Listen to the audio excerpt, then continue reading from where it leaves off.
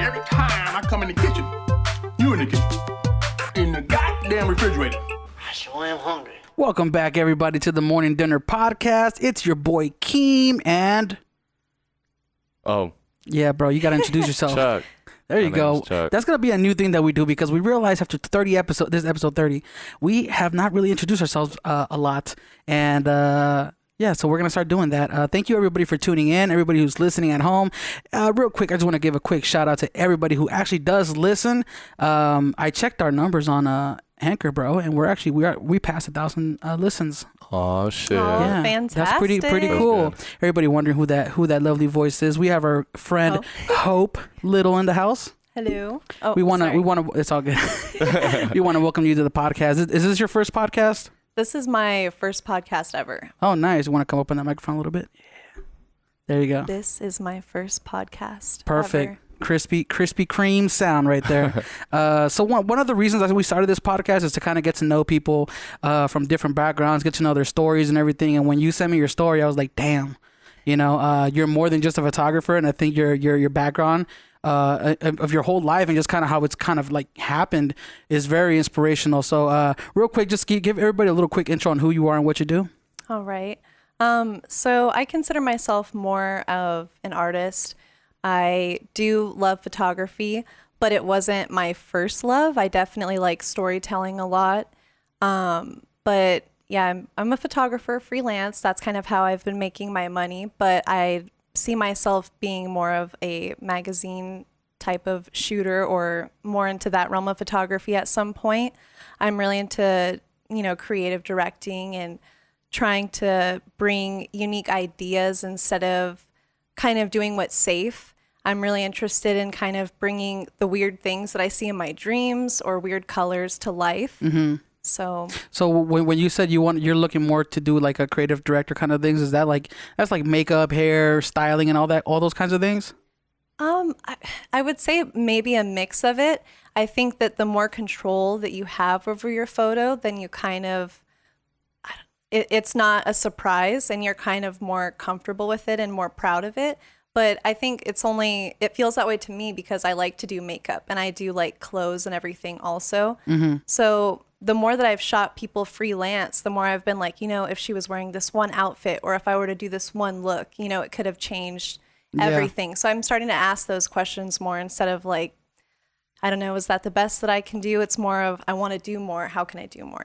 Yeah, to be honest, that's one of those things in photography that I've started looking at more recently, like in the last year. Because before, when I kind of grew up with photography or like have seen photography, I didn't really know how much went into it as far as like, I thought you just showed up somewhere and you took a picture. That's what it was, But I had no idea that you could actually plan these things ahead of time. Say, okay, well, I didn't even know people were doing mood boards for actual photo shoots. Like you can actually like have like either a Pinterest or like a group, like, where all you have all these photos in and you can say, okay, I want these kinds of like textures, materials, colors in the foreground, background, like that's all new to me.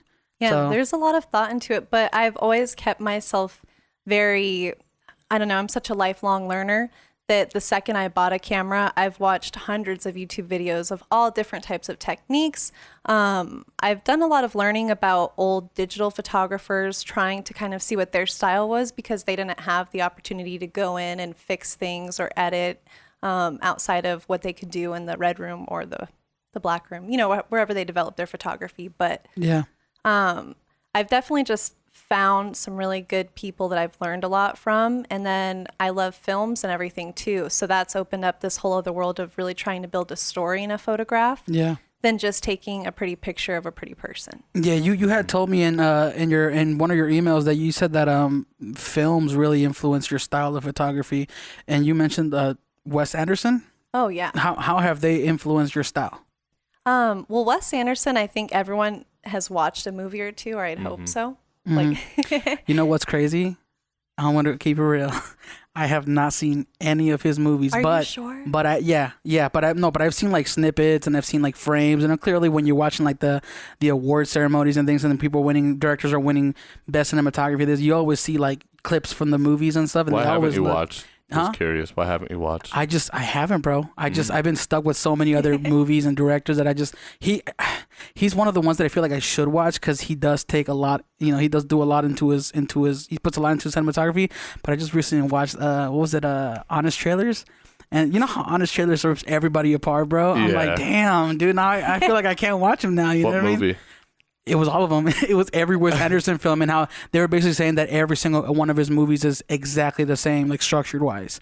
And but I mean, that's another story for another day. But yeah, I could definitely tell how the cinematography would influence your style because his stuff is very like, how do you say? It's very planned out as far as colors, framing, and all that stuff.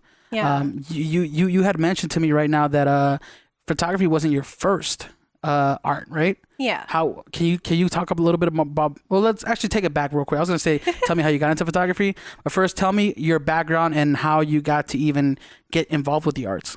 Well, since I was a kid, I've always loved drawing, and I think that love started because I loved reading. So it was more of trying to paint a picture from what I was reading, and I would always be drawing. And I was also always like the sick kid at school. So I'd always be in the nurse's office and then I would be drawing and I'd give the nurses like little you grew pictures. up with that weak immune system. Yeah, it's been kind of like my whole life, but I feel that you just have to like get through it. I do this mind over matter thing, like, all right, Hope, like we're going to toughen up. We're going to get through it. But yeah, drawing was definitely my favorite thing to do. I love scrapbooking, I went to high school and did broadcast journalism, so I really liked making videos too. So it was kind of that whole world before photography even like came into existence. But I think that once I actually created an Instagram, I think I was already a photographer of some sorts because I would, take really creative pictures with my phone, do crazy edits on PixArt, post them. People really like them. The whole overlays thing was really popular a long time ago. So I was, I don't know, really interested in making, just visual art, period. Yeah. You had told me that Twitter and Instagram were two of your most favorite like platforms. Yeah. Because they were both a different way of expression, right? Yeah. Twitter, you connect with people through words, and also you can follow your favorite celebrities and kind of get, I would say, kind of a real response, or sometimes they just say shit on there. Can I say shit? Yeah. They just, yeah. There's no censor on here. They just say stuff on there, and I still censored myself. They still say shit on there, and I was always intrigued by it. So I would just start tweeting relatable stuff like, going to bed late, just like cheesy little things, and people ate that up. Some guy who had like 80,000 followers or something had retweeted me, and I got like 1,000 followers in a day. So it's kind of weird how, damn. Yeah, I mean, it's definitely fluctuated, gone up and down, but that was kind of the time that I was like, what's going on here? I'm just saying weird things. And then in high school, I wasn't really the cool kid until that happened. That's when everyone's like, oh, Hope you won Kenobi. Like, hey, what's up, girl? Like, and it wasn't even like a popular thing. It was like I was only cool on the internet, kind of, not even really, And I feel like that's kind of a little bit about how we all kind of grew up in the digital age. Yeah. Where you would have more friends online than having in real life, because when people saw you online, they dug past the bullshit, and they were kind of like, okay, well, this is what that person's about. If they see, like, let's say if I was in high school right now and all I posted on Instagram was photography and somebody followed me, they're like, okay, well, this guy's a photographer, this is his work, I think it's dope, versus meeting in real person and be like, oh, let's see if I even like this guy. Oh, he's hanging out with that guy, I don't like that guy, so I don't like Keem automatically. You know what I mean? Yeah. Like there's less borders, I guess, in the internet, because people can automatically decide, boom, I like you, or no, I don't. Yeah, it's really fast. And during that time, the only cool thing that I'm ever proud to even say is Tyler, the Creator, retweeted me once. What? That's dope. And it was something that I like ran in my whole house. I'm like, Mom, Tyler, like that's the only person I've ever idolized. I think he kind of has like this fuck it, I'm going to do whatever attitude. Yeah. And he kind of just does it. But I also love how he acts like a kid and everything. And so that was just like one of those moments that I'm like, wow, he knew who I was for about 2.5 seconds. Yeah. And I just had tweeted a picture from one of his random weird videos called like The Ghost in the Hotel.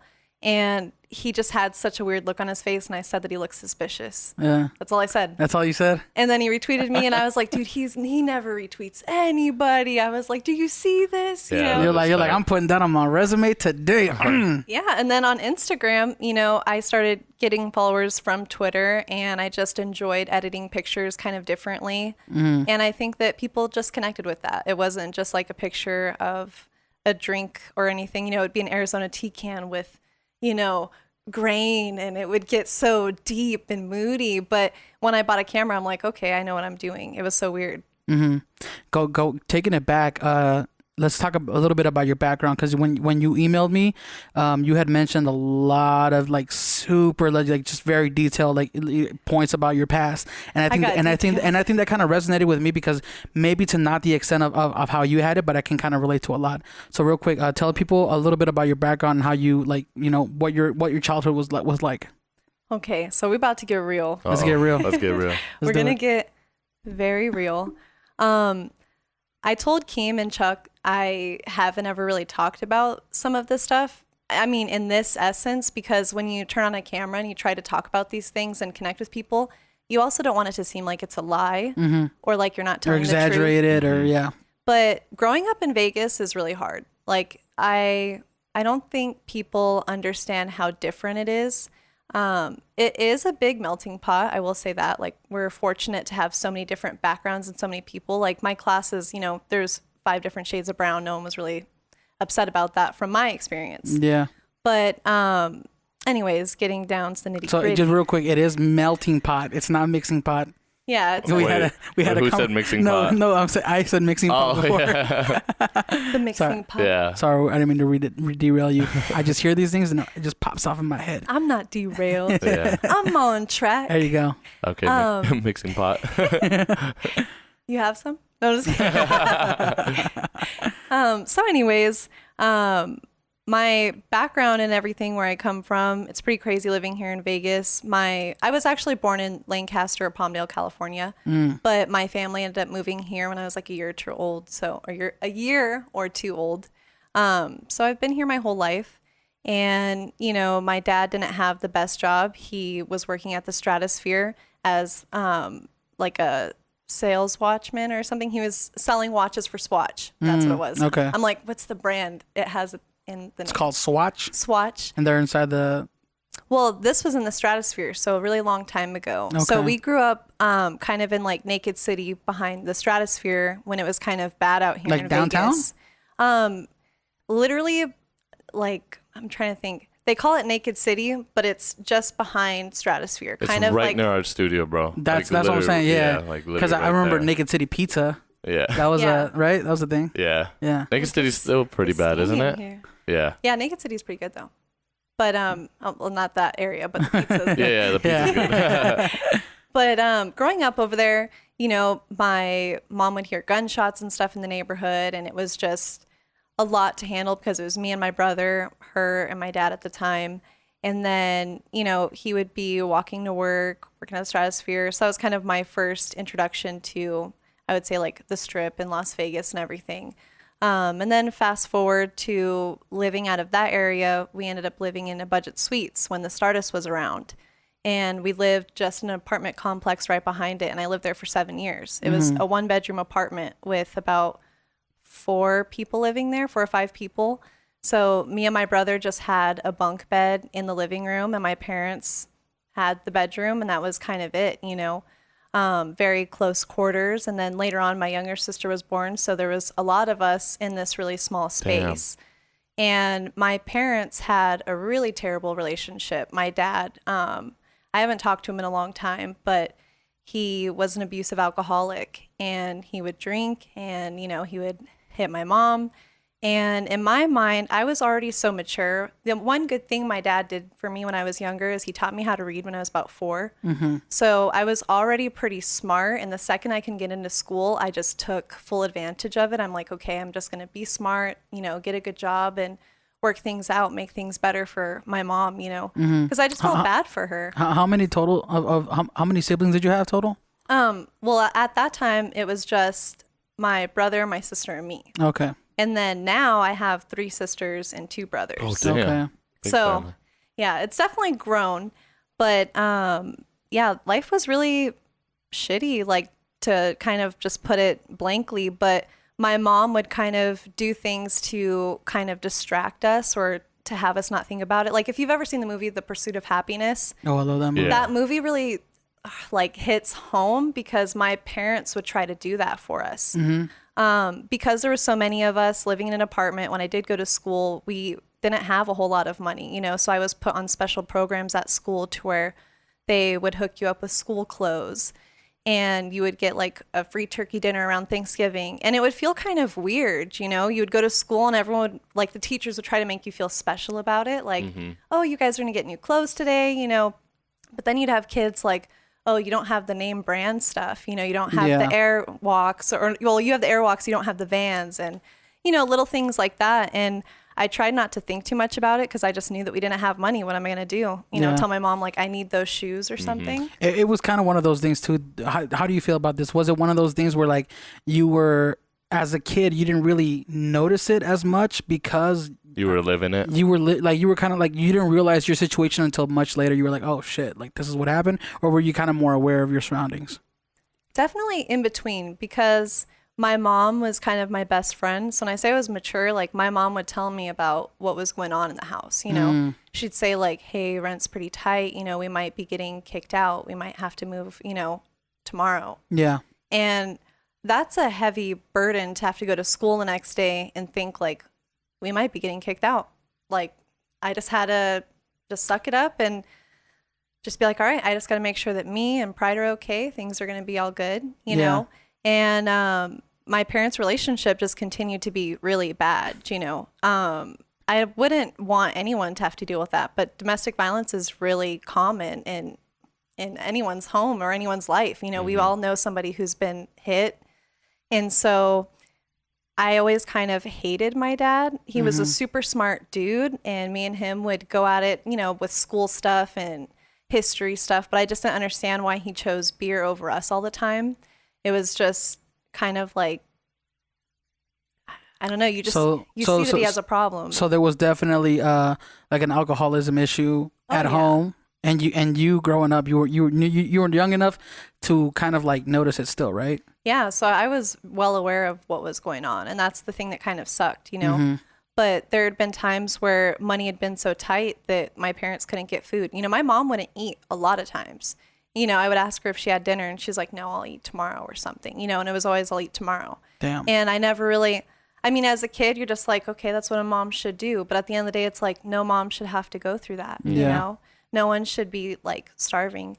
And the worst, like the lowest moment that I recall as a kid was my mom said she was making imaginary hot dogs for lunch. And so she just took hot dog buns and, you know, put mustard and ketchup in it. And she was like, you know, it does taste kind of like a hot dog, you know, and you would eat it. And as a kid, you're like, wow, like, okay, it does taste like a hot dog. Yeah, like that's deep. That just hit me, bro. I'm sorry. I'm so sorry. No, feel free to like let it out. Like, you know, like if you got to like that. That's why I kind of like. This is one of the reasons why we really wanted to start this podcast, is because we want to introduce the city to a bunch of creatives and entrepreneurs and all that stuff. But I feel the best way to get to know somebody is to kind of see their story of how they came up and how they got to where they are and what shaped them as a person. Because anybody can sit down and ask you like, okay, well, you know, what's your inspiration? What's your inspiration? Where do you see yourself in 5 years? But when you kind of get to sit down with somebody, see their facial expressions as they talk about things, you feel a stronger connection. You know what I mean? And that's like all I've ever wanted to do with people. I've always loved people. I've always been the person that I think people just spill their guts to. Like people will just tell me things. And I'm like, you're just a cashier. I'm about to go home in like a few minutes, you know? But I think that that's the part of my name that makes me feel like there's something more to who I am. Like sometimes I feel like I'm that little hope towards people. You know, I'm never rude to people, and I always find something that I like about people. And I can always get that common sense, you know, not common sense, but I can always get that common ground. You know, I can always find where we can relate. It's never been hard for me. It's kind of like a challenge, you know. I'm kind of like, okay, this guy doesn't look like he's going to talk to me, but I'll make him comfortable, you know. But I think it's everything that I've gone through. You know, listen to what someone's been through, and it totally changes your perception of who they are. Yeah. I think that now we see on social media a few pictures and we're like, oh, we know this person. Yeah. And I think that people see me and they see that I know how to post online. I know how to make things look a certain way, but no one's ever asked me like where I come from or what's happened, you know, or Yeah, that's why when you sent me that email, I was like, damn, like this would be a great inspirational story to somebody out there who's listening. Going through the same thing. Yeah, who might even be going through the same thing or worse. Like you never know. And then they can, and I think your name is like, I don't think we talked about this yet, but your name is Hope Little, right? Yeah. That's your legitimate like actual government name, right? Yeah, that's my real name. Yeah. Now, was it based off of like Star Wars? Is that why? Because she said Obi-Wan Kenobi, you're my only hope. No, actually my name, my parents were going back and forth. It was either going to be Raven or Hope. And so my like mom just wanted my name to mean something. And so I guess that's how Hope came around. But my dad's real last name is Little. So I just think it's a joke. You know, everyone's like, were your parents hippies or something? Is that where the name came from? Like, no, they're just stoners. Hope Little, though. I think the last time I heard Little as the last name was Stuart Little. That's where I remember it from. Don't She's like, don't bring me started. Don't bring that up, Keem. Like, imagine being in kindergarten, right? Yeah. Everyone's like, "Oh, is Stuart Little your brother? Is Stuart Little your cousin?" Damn, you got that a lot. I'm like, do I look like a mouse? Do I look like a fucking mouse? Yeah. Well, so bringing it back to school, then you were bullied, right? Oh yeah. Because of that, is it just? I mean, clearly it was like also like you mentioned not having like the latest and greatest stuff and kids comparing here and there, but your name as well. Like I would get picked on for my name. Damn, kids are petty, bro. Like, why would you pick on somebody for their name? Like, well, think you have Tim, Sally, John, Hope. Yeah.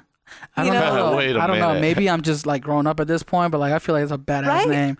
I'm like, damn, that's it's dope. a super dope name. Yeah, like that's so unique, and I think that's the wave now. Is like being unique as possible makes you super cool. You know what I mean? I appreciate that. For a long time I hated my name. Like as a kid, I'm like, I don't get it, because everyone would just make jokes about it. They'd be like, I hope I pass this test. I hope I see you tomorrow. I hope I'll, you know, and it gets kind of old. You get a lot of the jokes, and then Chicken Little came out. That was the other one that ruined my life. Chicken Little? Chicken Little. Oh. Yeah, it was. Is the sky falling, Hope? Oh, that's what it was. Yeah, the little chicken, and I remember watching the movie, but yeah, that was. Oh my god, people it's really are so corny. Stupid. Yeah, it's really stupid. But and it's crazy because like when you mention it to me now, as far as like people were making these kind of like puns on your name, to me it doesn't seem like it's bullying. I think people were having fun. But it's also I don't think about it because it's not my name, and I didn't grow up with everybody constantly going back and forth. And when somebody goes back and forth on the same thing over and over again, it does get old, and it does get to the point where it's like, okay, now it's kind of harassing because you're kind of like, you know, you're making me feel a certain type of way every time I hear it. But you kind of become an easy punching bag because you're so different.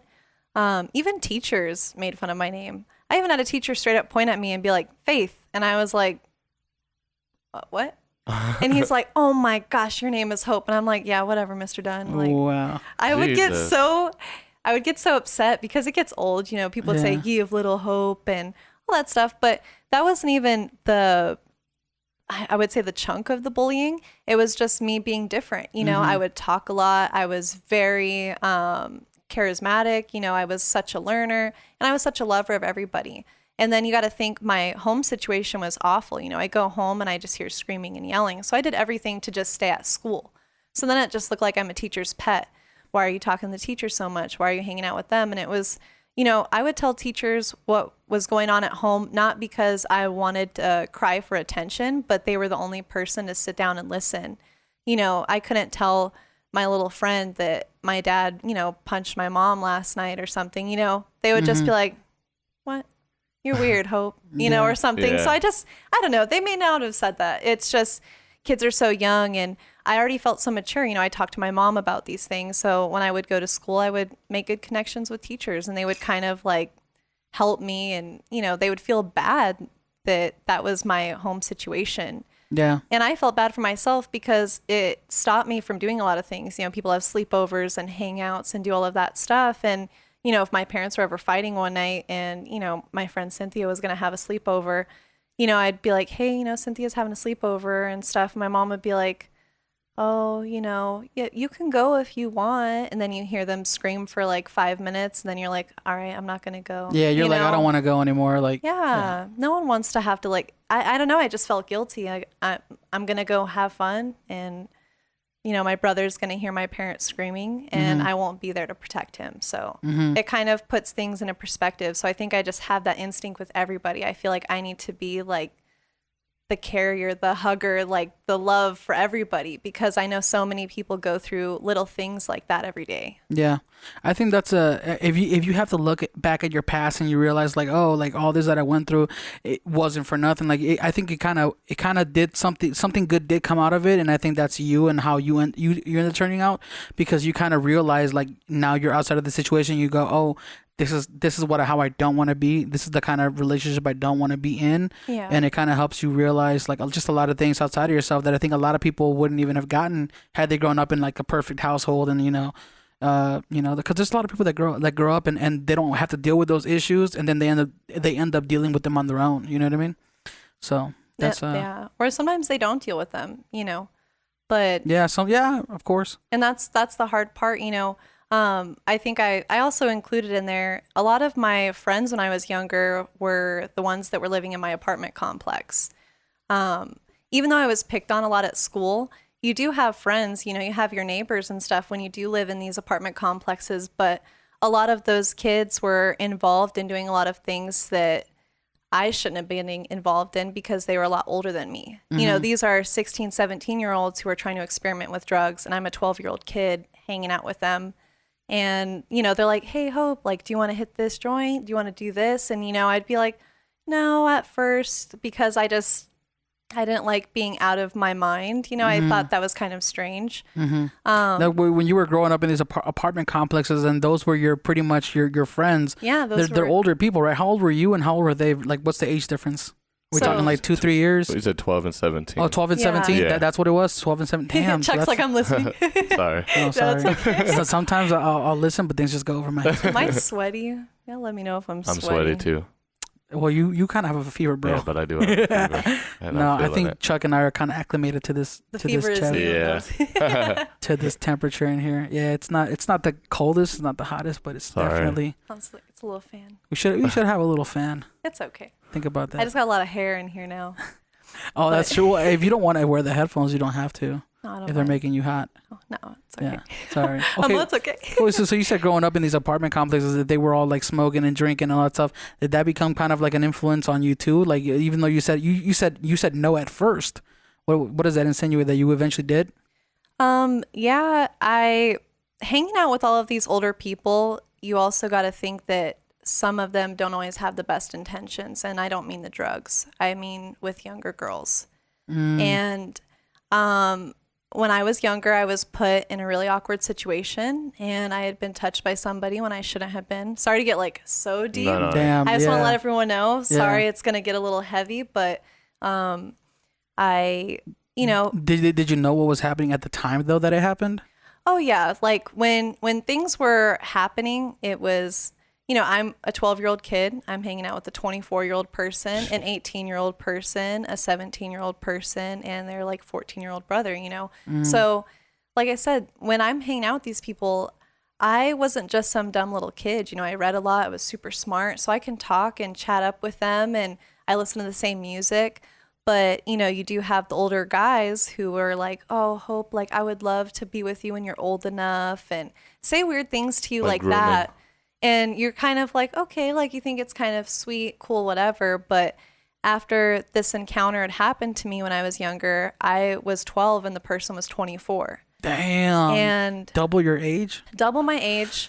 And it definitely affected me a lot. Like the time that it had happened, I won't go into too much detail, but I kind of just felt paralyzed. I didn't know what to do with myself. And then after that happened, I told my best friend at the time, and she's like, Hope, you have to tell somebody. Like, I can't carry this.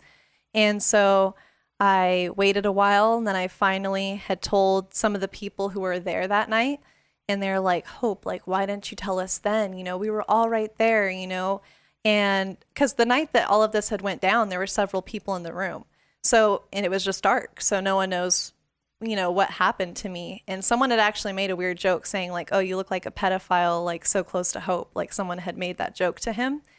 And yeah, it just, sorry to get so into this topic, but no, I mean, that's real stuff. Like that's Yeah. that's part of your past that kind of helped you see the world a little bit more differently now. yeah, I mean, you probably got more cautious after that and said like, I don't ever want this happening to me or anybody else. You got a little bit more serious about it, right? Yeah, after Yeah. that point, did you like stop like all the influences and whatnot? Like any of Well, that?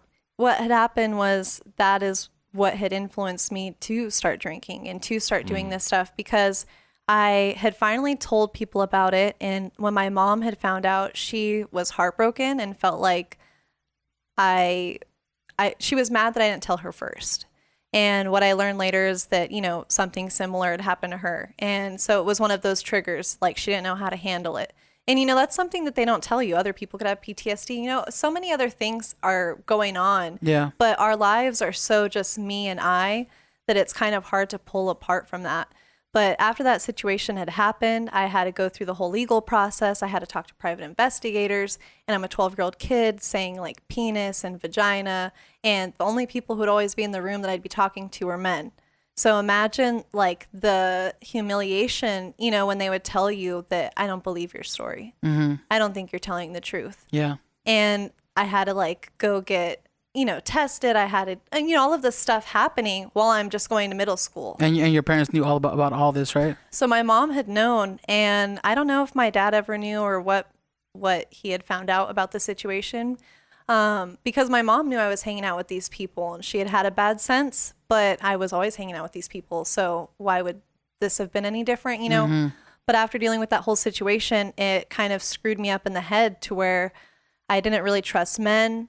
I would have boyfriends who would even like touch my shoulder, and I'd be like, we're breaking up. Yeah. Like it just, Oh damn. it would bring me back. A PTSD kind It of was thing. the Yeah. PTSD, like the touch. It was just like a snap, and that was like the first time I'd ever felt those feelings. Yeah, for anybody that's listening, people mention PTSD as being more of like you go to war and you witness all these deaths and like bombings and all that stuff, and that affects you later in your life. But a lot of things, like people don't understand, like people in Chicago, a high percentage of them have PTSD. Like I think I wouldn't doubt it. I was listening to something earlier, and it was talking about how like there's been more deaths in Chicago this year than in the entire amount of soldiers that have died in like since 2002. Oh my God. That's insane. Yeah. So like that PTSD can definitely affect anybody in or outside of the United States, depending on their experiences. Yeah. Yeah. It definitely sucked. And that's when I had started being like, you know what, I will drink with you guys. And that's when it was like, okay, I will kind of smoke, and I was in middle school, and what's crazy, I never went back to school and was like, oh, I'm hanging out with these older kids and I'm drinking and I'm doing all of this stuff. I still just went to school and was trying to get good grades. Yeah. So to you, it wasn't like I'm going to be cool and drink and smoke. Yeah. It was like a Hannah Montana double life, but not the double life that I think anybody deserves. Mm-hmm. It was more of my school life and then me trying not to remember all of the horrible things that was going on. Mm-hmm. And I don't recommend, what is it, self-medicating with alcohol. It's not a good way to cope with your feelings. And it Yeah. took me a long time to understand that. It wasn't until like high school, talking to more girls, hearing more stories, that it kind of helped get me out of that. But there was just so many factors with my home life and things going on that I just kind of kept my focus on school, or I would try to bury my face in a book. There was all these outside factors, and I did have these crazy friends who were drug dealers and all of this stuff. But I mean, they were also good people underneath there somewhere. They all came from broken homes and they all had fucked up lives just like I did. So I don't know. It's kind of crazy to think where I'm at now. I was just talking to my boyfriend about my life was just completely different, Yeah. So what was in your school? What was the first point where you were like, okay, well, is that your car outside? I just heard like a beep. Sorry, guys. Oh, you're good. Well, what was the first point in your schooling that you were like, okay, well, you were starting to look for a career in something? Like, what was the turning point that made you realize like you wanted to, be an example for, because you told me about your siblings, right? Yeah. Well, about the time that you're going to graduate, out here in Vegas, they have a lot of career-based schools now, or, schools that you don't have to go to college for. You can actually get a job after high school. So they call them their technical academies and everything. So when I got to high school, I went to Veterans Tribute Career and Technical Academy, which was for police, fire, medical, and dispatch. And it was a really interesting school. It was either going there or LVA, but I never went to my audition for LVA. I kind of had thought, okay, I'm not really going to make it as a musician, but I could actually have a job outside of high school.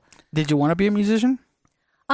Kind of. I went to, like, in middle school, I played the violin. I didn't even mention that. Yeah. So I was just in so many after school programs. Yeah, I was, sorry, I'm pulling this, but I played the violin all of middle school, and those were the teachers who were like, wow, like, you're gifted, like, got to keep you going, so that was something that I had at that moment. And so that was like in orchestra? Yeah, it was an orchestra. Nice. I was in orchestra too. I played bass. Nice. Yeah. The bass was so cool. The Yeah. What's crazy is I like that explanation. that actually got into the LVYO, the Las Vegas Youth Orchestra. Oh. But after that, I moved to the Desert Pines, and there was not much of a program there. It was like a half-ass put together program, and it never challenged me ever again. So I just kind of stopped doing it. What about you, Chuck? I was like, what? You playing the instruments? I used to play guitar, but now I kind of dabble in everything, like the bass, the piano, guitar. Because I know you guys also like produce music and stuff too. Yeah, Chuck made the intro for the podcast. Which I like too. All the music.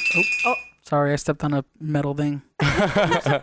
Yeah, Chuck made the intro. He produces, like, he has a MIDI keyboard, and he does like music production, all that stuff, and then he also does visual effects. So he did the intro for the video. So multi-talented man right here. No, you guys are both amazing. Thank you for having me just tell my story. I know it's kind of sporadic for people at thank home. you for telling your story. Oh, no, yeah. For having the confidence to tell your story. You know what? And having the confidence to tell your story and inspire other people, to kind of pursue their dreams as well. I just know that not everyone is dealt the best hand, because I lived in these apartments and everything. You're expected to not amount to much. People just think that that's it for them. So a lot of, some of my friends are in jail now because they thought that selling drugs was what was going to be profitable for them, and you see people just stuck in these situations, friends get pregnant and everything. And there's nothing against where I come from, because it's definitely it's a mindset, and it's also crazy how you just feel like, I don't know, you're in a sinkhole or something. And I hated being broke as a kid, so I would do everything I could to hustle. I would sell candy bars. My mom would go to Smart and Final and buy a big box of candy bars, and I would go sell those. I'd have lemonade stands when I was a younger kid, even in my apartments. And then sometimes you'd have someone nice. Like, one guy gave us $35 for a pitcher of Kool-Aid lemonade. Nice. But he just did it because he knew, like, where we came from. He lived in our same apartment complex and stuff. I just wanted to have some of my own money. It was kind of another humiliating thing to go to school and everyone's like, oh, let's go to the student store. And you're like, I don't have any money, to go get anything. So that's when I was like, all right, I need some money to go get some shit. Like, I need some Starburst, Yeah. And I would just hustle. And I don't think a lot of people have that mindset when you're so young. But it was kind of like, okay, if my parents don't have money, I got to make my own money. And it was like before I could even get a job or anything like substantial. And I started babysitting other people's kids. I'm like, okay, if I'm not getting paid babysitting my siblings, I can go get paid babysitting other people's kids. Yeah. And that's great. That's a crazy mindset to have, though, is when you're a kid and you realize, well, if my parents aren't going to give me money, then I'm going to go out there and make my own money. I think that's kind of, we always talk about it, but like coming from like those kinds of beginnings are what shape a person, and they give you that mindset of like, I'm gonna go out there and hustle.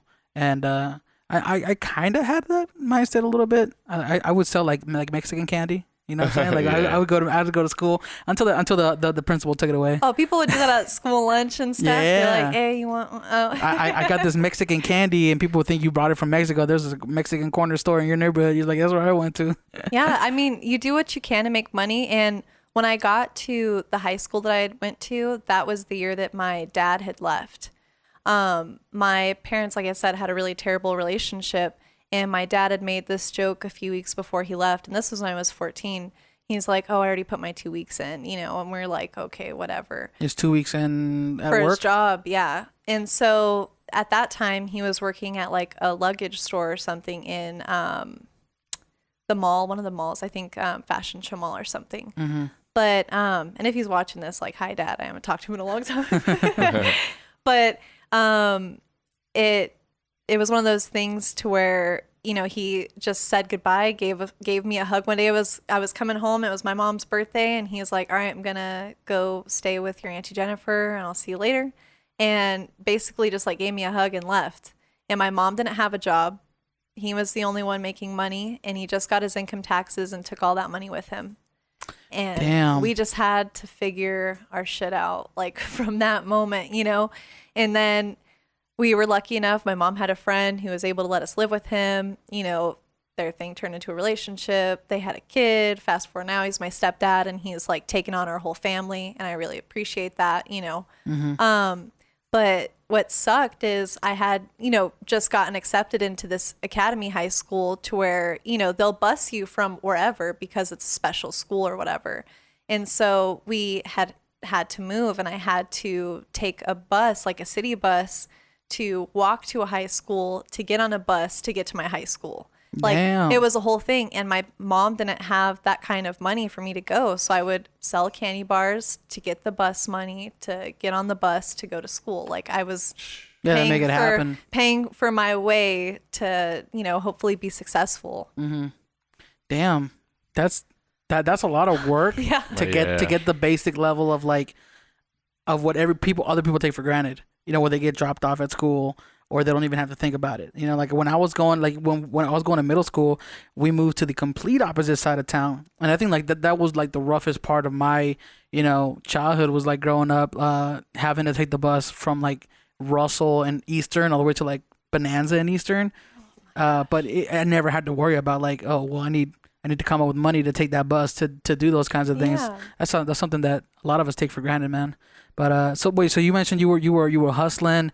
How did that tie it into like starting into like photography? Like, well, the photography thing definitely came like after high school. Like the photography thing I've only been doing for maybe almost 2 years. Mm-hmm. So it's still fairly new. But like I said, when I got to high school, I was in broadcast journalism. So I was already kind of getting into this knack of like storytelling, knowing like what looks good, what doesn't look good, getting into editing, making skits, kind of being creative.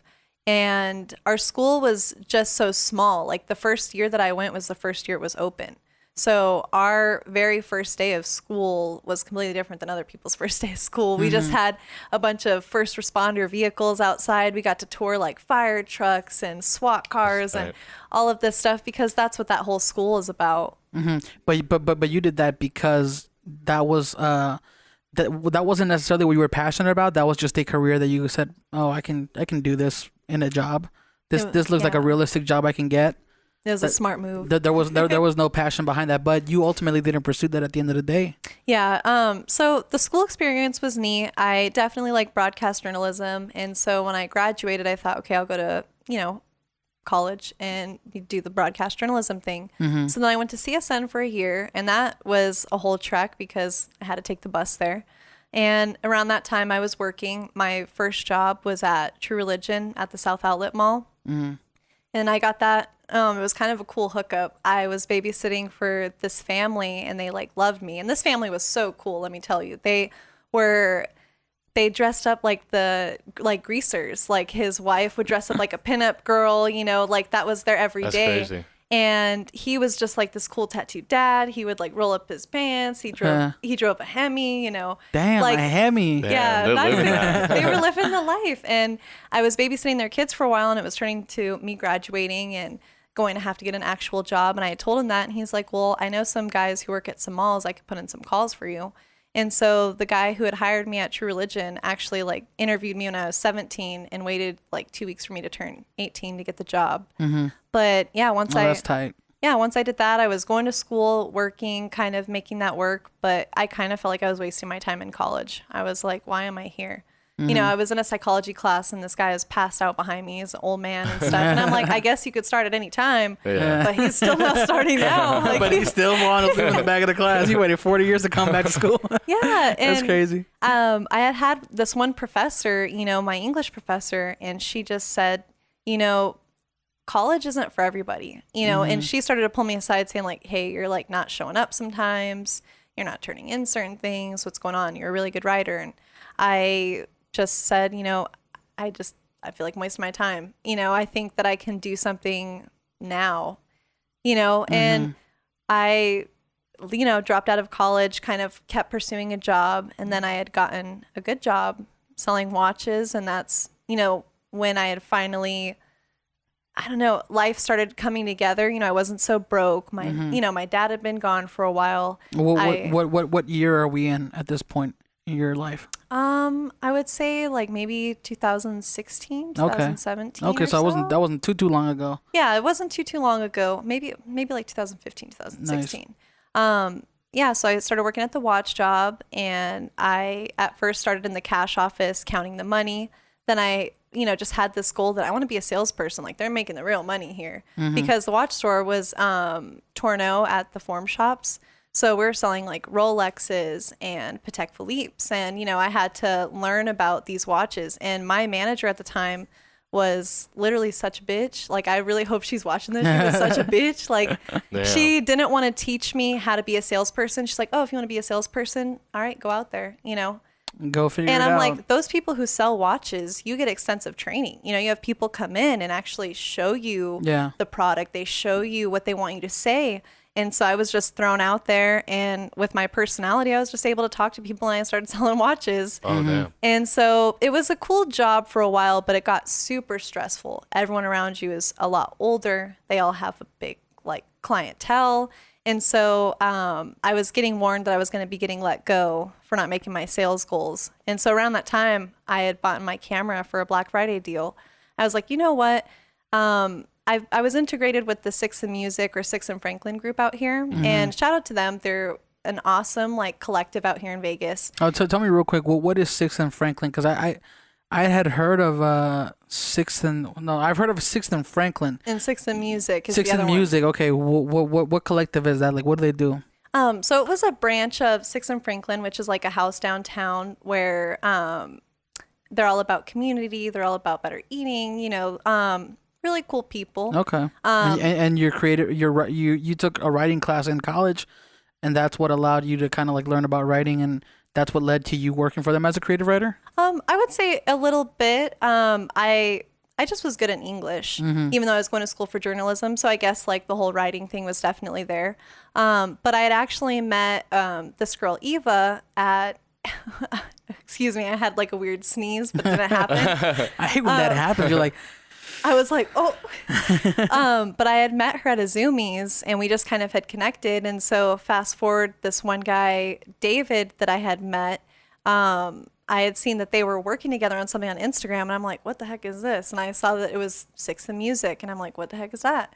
So I hit them up, and I'm like, what are you guys doing? They're like, oh, we're with this, you know, group of people. It's basically a record label company. They're trying to help local artists out here in Vegas kind of branch out and kind of get that startup. So what I was in charge of was doing creative writing for like people's EPKs, and, you know, I wrote a treatment for a music video, and I had never written a treatment for a music video in my life. Oh, damn. you just kind of jumped into it. Yeah, everything. I just went online, how to write a treatment for a music video, you know, kind of learn, pick it up as you go. And I had kind of learned it as just telling the whole story, like frame by frame. Yeah. And it was a really neat thing, but I started to realize that I'm more of a visual person. The people around me were like all photographers, and I'm like, you know, I think I could be really good at that though. And so that's why I bought the camera, and I just started taking pictures, and then work got busy. I had to kind of dive in there. So I kind of pulled away from Six in Music and just did my own thing. So your job at the watch store, that's what it was that allowed you to buy the camera, right? Yeah. What was your first camera you said you got at a Black Friday deal? Oh, so it's a camera I still use, and it's a Canon T6i. Okay. It's a good camera. Everyone, I mean, when I pull it out, people are like, oh, what is that? But it has like the flip out. Flip out. Yeah. So that's when everyone's like, oh, and that's changed the game, honestly, because of course you could definitely take pictures, you know, looking through, but sometimes when you're trying to get a big shot and you're a Yeah. short Down low. person, Yeah, that's one of the things I do not. That's my biggest gripe with Sony. Is like, dude, just come out with it.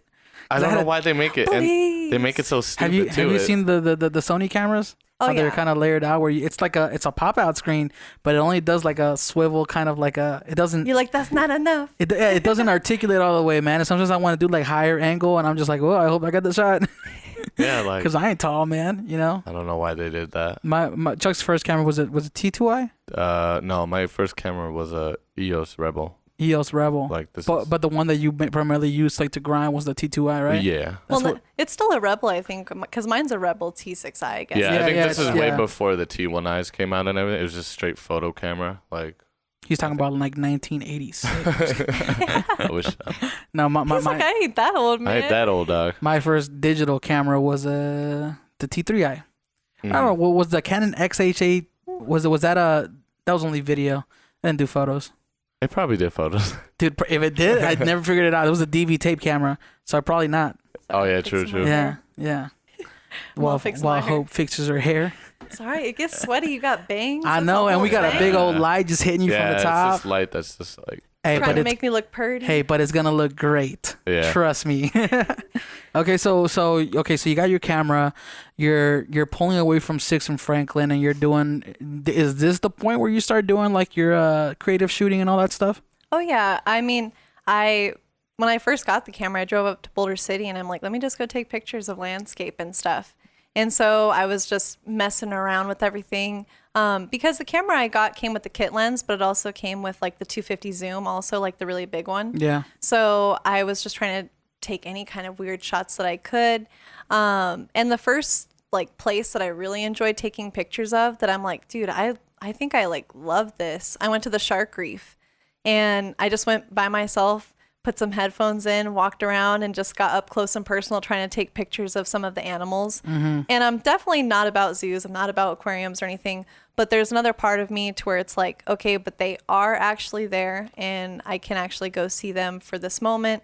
And if I am, I'm going to go beautiful. I'm going to go photograph them. I like got way into my words, but I just wanted to go photograph them and, see their beauty and So stuff. when you say you're not about aquariums, you're not about zoos and things like that, you're more of the train of thought of like, you don't believe animals should be captured and put to display and that kind of thing? Yeah, I mean, I don't think anyone like loves it. I think we all kind of know it's not. Yeah. I mean, I wouldn't want to watched- be locked up in a cage. I watched the movie Blackfish. Yeah, that was the one that. The one with SeaWorld, and that's the one where they show you like was it the orcas? The killer whales It and just all tripped me.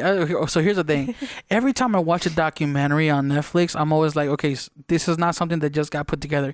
This There's is something. a bias somewhere. This is something that was made with the intention of persuading a person to think a certain way. So there's always like, you gotta think you gotta take everything with a grain of salt. But just some of the things were like kind of like, I don't know, man. Like the fact that these orcas can live to like 80 years or 100 years, and they're living their life expectancy inside the SeaWorld is like 30 years. Like, Yeah. that's just insane to and me. they'll just say that. They're like, their life expectancy is 30 years. And they're like, no, it's not. Yeah. So that was one of the things that kind of got the gears turning, going like, maybe SeaWorld isn't so great after all. Yeah, that definitely opens up your eyes a little Yeah. bit. How do you feel about it, Chuck? What's I your don't take know. on it? I just always like think, like when I guess coming from the ocean, when they take them from the ocean and bring them in, that's like shitty. Yeah. But how do we really know how something feels that's grown inside a tank? True. And like if you were, Well, it's not even just that though. It's the fact that they're like sticking them with like. oh yeah, no, needles, and they're like, I know that. Yeah. I'm talking about like if you can actually like take care of them correctly, not do Mm. all that. I think it's all still pretty evil. Yeah. You know? I want to go vegan one day or whatever. Yeah, and then you start You know? getting into the meat documentaries, and you start like, oh crap, everything I've been doing my whole life is wrong.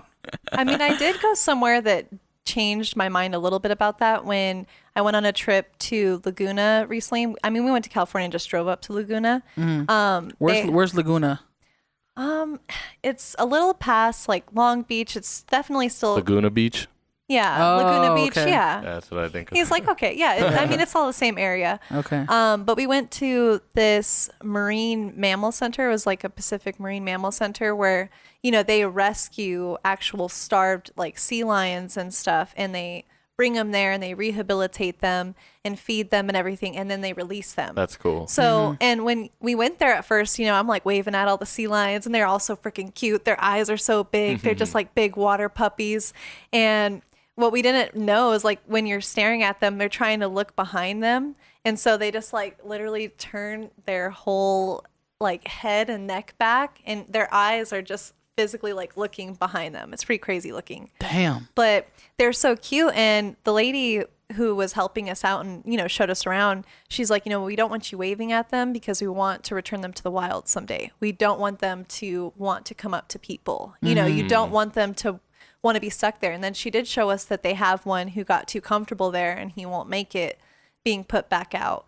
And then, you know, she also showed us that there's a blind one. So she's going to stay around, and they have a bunch of different pools, and they clean them out and they move them to different pools. So they kind of have like a shuffling system, and they have binders of, you know, you see pictures of them when they were first captured and they're so skinny and tiny, and they're like, look at him now. And he's like big and huge. And you're just like, yeah, you guys are doing good things. So that was the only time. I think sea creatures are so interesting, man. The fact that we don't even know everything that's out there in the ocean is mind-boggling to me. Yeah. The megalodon. The megalodon, you saw that That'd be video? I so saw that. scary. I saw the movie. Okay, I watched it. Okay, I dang. saw the megalodon. I don't know, man. There's some videos that I've seen that are basically like even whales are so big They're so big. that if they like if somehow you managed to pick one up like and put it on land, it would die. Not because it doesn't have water air, but because of its weight The mass. and gravity and mass, That's crazy. it would just crush itself under its own weight. I'm like, damn, I never thought about that. Like, gravity doesn't work the same in water. Yeah. You know what I mean? Like, you can actually float around and not have to worry about things like that. Yeah, because like how big is a whale? Like I think it's like bigger than this house for sure. Some of them. It's like two of these houses, maybe. Yeah, it's Three of these houses, crazy. maybe. I don't Maybe want to speak 5 of these lies. houses. Yeah, I was gonna say Maybe maybe like like 6 of these houses. Oh shit, megalodon. and this is how rumors get started. Yeah, man, megalodon. Isn't that the one that was the shark? That was a shark, right? And it's got the it doesn't exist right now, does it? Maybe. We don't know. No, I was We're gonna talk I don't know. They conspiracies? found like this big shark not too long ago, and it looked like it was like 90 years old. And thought that you shit said- was. Bro, I thought you said huge. shark Nazi. Shark? What? I thought you said they found this shark Nazi long ago. I'm like, shark He Nazi. did? What? Yeah, conspiracies. He That said, could be- "Hi."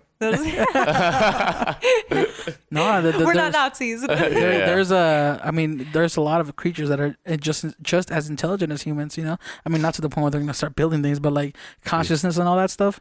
Was it dolphins? Dolphins. They're very. And just the fact that they can like use their was it that part of their head that is like sonic and We they can, watched Finding Dory. What was it called? Yeah, I can't remember. The ooh. Yeah. And I think what was it? There was this video that I watched that said that whales are like super loud. Like if you could actually hear one up close, like your ears would explode of how loud they are. Oh my god. But that's why you're able to hear them like under like From so far away. From so far away, you can hear their moans and all that stuff. It's crazy. It's Yeah. tight. It's cool to look at this setup now because I had no idea that this is what it looked like. What the podcast setup? Yeah. Yeah. You just We're- think that you're all in a line or something. Oh really? Like. It's you, and then it's you, and then it's me. Yeah, no, we took our time kind of figuring out how we wanted to shoot this because this podcast originally started like in the living room. No, it started. No, it started here, but we had like a blue wall background, and then it was just me and him sitting next to each other, and they were like, okay, we got to figure out how we're gonna have guests on here because the camera's not wide enough, and if it is, it's too complicated to shoot. So then it moved from here to the living room. That's where we started the multi-camera stuff, and then we brought it back in here. It's like, oh, let's just put it in the corner. We have this space. Let's utilize it real quick. Sorry for Yeah. me swallow. Oh no, you're good. But we should be moving to a new location sooner than later. Hopefully in the next 2 months. Hopefully, have like a dedicated area that's Yeah. not the kitchen. And we can have shelves, like cool backgrounds with like, comic books and yeah, bro, I want to do that. No. 'Cause Well, we're isn't so that copyright shit? copyright? No, bro. We just go to IKEA, get a nice shelf. Put Yeah, some we can things get in the pictures. Yeah. You can post your photos. I'd rather have Ooh. that Yeah. or Hope's photos. Oh, let's talk about printing your pictures. How do you feel about printing pictures? Do you think that's like a lost art? Well, recently I've done it just because I, was a part of little exhibitions. So the actual first time I printed my photos was, I think, the beginning of this year. And my first encounter wasn't a good one. Ooh, how do you mean? So I wanted to get 3 big prints on kind of like a cardboard setup. And so I did it through Walmart. And that was, I guess, my big mistake, maybe. Going through Walmart? Yeah. I'm going to say yes. I wanted just the bigger prints to be cheap because I wasn't going to sell them. At least I didn't have that like plan to. Yeah. And so I had submitted the photos and I went to go pick up the photos. And when I get there, like on my way driving there, I get a phone call and this lady is like, hey, sorry, you can't come pick these pictures up. They're copyrighted. And she's like, you need to have the right copyright forms if you want to pick up the pictures. And I'm like, what do you mean? Like, they're my photos. I took the photos. She's like, no, you didn't. They're from a movie.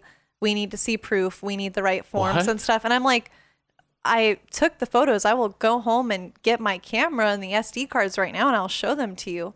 And she's like, all right, do it. And like hung up the phone. And I'm like, so we had to turn around. Damn, this is the sassiest Walmart employee ever, man. First of all, I'm not even kidding. Like this is the first time I'm ever printing my photos. Yeah. Why'd she say that? Was she just like, I think weren't ready? I think it's just a new thing, bro. No, it's just a new thing that they have to ask you for copyright. Well, so when I had showed up there, I, physically opened up my camera. I had to go on my SD card. I had to like go search and find the photos. So the pictures were pictures of jellyfish, it was a picture of this like cool building that I saw in Long Beach. And then the other picture was me. And so I go there and I show him and he's like, oh, okay. And I'm like, well, are you guys going to apologize or say anything? Like they were actually my photos. He's like, well, they were just so well done that they looked very professional and all that stuff. That's cool. And I'm like, take that as a compliment. I guess it's a compliment, but after having to go through that and everyone being kind of rude, yeah, like he wasn't even nice about it, didn't even say sorry. I'm just mad that they didn't say the movie. They were just like, it's from a movie. That's what I said. I said, what movie? What movie did you guys think it was from? Yeah. Like I definitely came there with an attitude, but I'm still so nice. He's and like I'm just Finding like, Nemo. here's the money. I'm gonna go take these. Well, I'm not gonna lie though. Like your photos are very when I look at them, they're very there's a lot of color in them, so you automatically think it's from a movie. Like it's got that, it doesn't look like that raw feeling of like perfect skin tones. It's usually very colored. So I mean I could see like especially with like looking at movies like like how they always use the teal and orange kind of thing, and nobody looks like an actual human. They have these tones to them. That's probably what made him go like, oh, it's from a movie, because it doesn't look like you could just like you had to set it up to take that photo. Do you still have that jellyfish photo? Is it on your Instagram? Let me see. I was like, let me look at my phone. I can show you guys right That'd now. be kind of cool. So you first started getting into like landscape with your T6i. Yeah. At what point did you realize like, oh, I want to start taking portraits of people? Like people are kind of cool to take photos of. Well, I never even had like any specific idea or anything that I wanted to do. Like when I got the camera, I just watched a lot of videos about ISO, shutter speed, this, that. I mean, the first camera and my first photo experience was in high school. We did CSI photography. And so we had like the Rebel T3Is, and we learned how to take pictures of dead bodies and like crime scene stuff. Oh, damn. But we did get a crash course in like ISO, shutter speed, and everything. So we did learn about an actual camera before we even learned about how to take those types of photos. And so when I got my camera, I would kind of just say like, hey, we can go hang out and I'll just take some pictures of you if you're down. So I Is that you and your classmates? Well, that not at that time. I came back to the present time. Okay. We were time traveling back. But yeah, when I got my camera and I took the landscape photos, I just started hanging out with people, bringing my camera everywhere I went. And so a lot of my photos were kind of just lifestyle photos, but not even really lifestyle photos, because I would go back and kind of add colors and manipulate them. So I just had this idea to take pictures of everything. And I just see something, I'll be like, whoa, whoa, whoa. The light right here looks so good. Let me take this picture really quick. Like I'll just dead stop one of my friends, like, whoa, whoa, whoa. Like, oh, Chuck, I see the light. It's coming right behind you, And that's like the fun part. You were that person. Yeah. I'm like, so you mentioned films having like a big impact on your learning experience for like taking photos. Like, is that kind of why your photos aren't so how can I put this? Like, if you look at my photos, I preserve the skin tones. I'm always like trying to film to like, or I'm trying to photograph to the point where like it looks like She's I standing didn't in I front didn't of shift you. it. I didn't shift the colors too far to this side or to that side. It looks more natural. But your photos are very like, it looks like they were just standing in a room that's the color of the light. You know what I mean? Did films play a part in how you started coloring your photos? Yes, and I would say maybe just the artist in me. I like making things not look like you could just go see it right there. You know, I just wanted to make something that made you feel. You know, you watch a movie and there's those tones and those colors and you perceive those characters differently. And I don't want you to perceive this person as some regular schmegular. You know, Yeah. like I want them to have this moment, you know, and films definitely played a role in that. Michelle Gondry, who also directed The Eternal Sunshine of a Spotless Mind. Michelle Gondry or Michael Gondry? The right pronunciation, he goes by Michelle Gondry, but it is probably Michael Gondry. Oh, okay. Oh, damn. Oh, I Because didn't it's even know just that. spelled like Michel. It's not even like Michael. Oh, okay, gotcha. So it almost looks like Michelle Gondry. Mitchell. Micah. I don't know. Yeah. But he does these really colorful films, and someone had introduced me to this movie called Mood Indigo that's directed by him. And it was just the most visually pleasing, the craziest movie I had ever seen. And there was just so many pinks, so many purples, so many like vibrant colors that I just stopped being afraid of toying with colors. I just went in and I really go in to the hues and I just see what gives me a feeling. Like I'll just sit there in the shadow tint and I'm like, all right.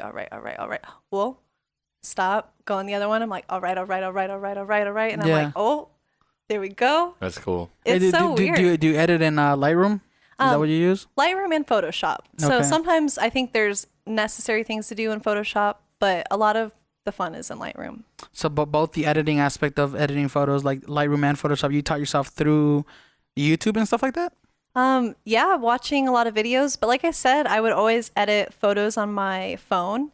So I think doing that kind of abstract and doing that differently kind of helped me with even just doing it now. Yeah. I've always just had a different way of looking at it besides, you know, a girl standing somewhere near a fridge. Like I want it to be like, I don't know, something just so abstract and otherworldly that it's not tangible. It's crazy that you would say that because I feel like Instagram is one of those platforms that definitely like got everybody started in like editing your photos, because back in the day, and I remember like back to like 2008, 2007 when we took photos and we uploaded to like MySpace or even Facebook, like we never really edited them. It was like never something that you went through of like, okay, I'm gonna change the color. Oh, that's a dope photo. This was the jellyfish. Everybody who's Oh, listening, damn. everybody who's into the audio podcast, she's Sorry. showing us a photo of jellyfish that she took, and it's Put super. it near your face.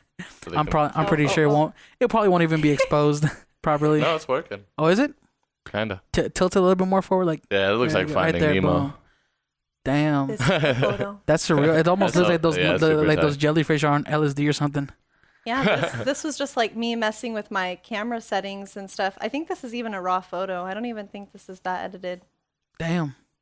But yeah, well, what was I saying? So, Sorry. photos. Oh yeah, photos. When you like back in the day, we didn't think about editing photos at all. It was like you upload raw, and I remember this because I go on my MySpace page and I'm like, I'd never edited any of these I pictures. think I just, when I first started, because I had homies who were doing it, like just basic things like the levels, contrast. And then when I started learning about curves and shit, I was like, oh shit, you can change the colors when You're you like, hit the what the red heck? and Yeah. the blue and the green. Yeah. But my shit was always ugly as fuck. I was like, what am I doing? Thank God for presets, bro. Yeah, see, back then, like, I don't know. It wasn't like popping like that. There wasn't a lot of teal and orange. There wasn't Lightroom presets all out there. It was really like, You want to know what's crazy though? Is like those super overdone Instagram filters. Remember the like the lo-fi or whatever. are you The talking about the ones with the X- frames? The ones with the frames, like those filters. I used to love Me them. too, bro. Well, you know, I would take a photo of like a banana or like a freaking apple or something, and I put that filter on. I'm like, damn, I just created some art. Like this is dope. Like Now it's because the it was. Fuji Yeah. app. That's the new one. Well, I don't even. yeah, I don't do I any see of that. everybody use that. You Because talking like about the Visco, overlays, like the grain and all that. Yeah. I think everybody goes through phases of editing. Like I think my biggest like one was when you lifted the shadows, and it was kind of like you had those that faded kind of but look. what's crazy, I still like that. I still love that look. I don't overdid know. it though. I Like think- hella? Yeah. Anything that's just different and unique, I'm attracted to. Mm-hmm. But I think the Instagram world, there is a big part to where, people really do love the photos that you produce because they are so crisp and so clear, and they do have such a professional look to it that not everyone's taste is what I create.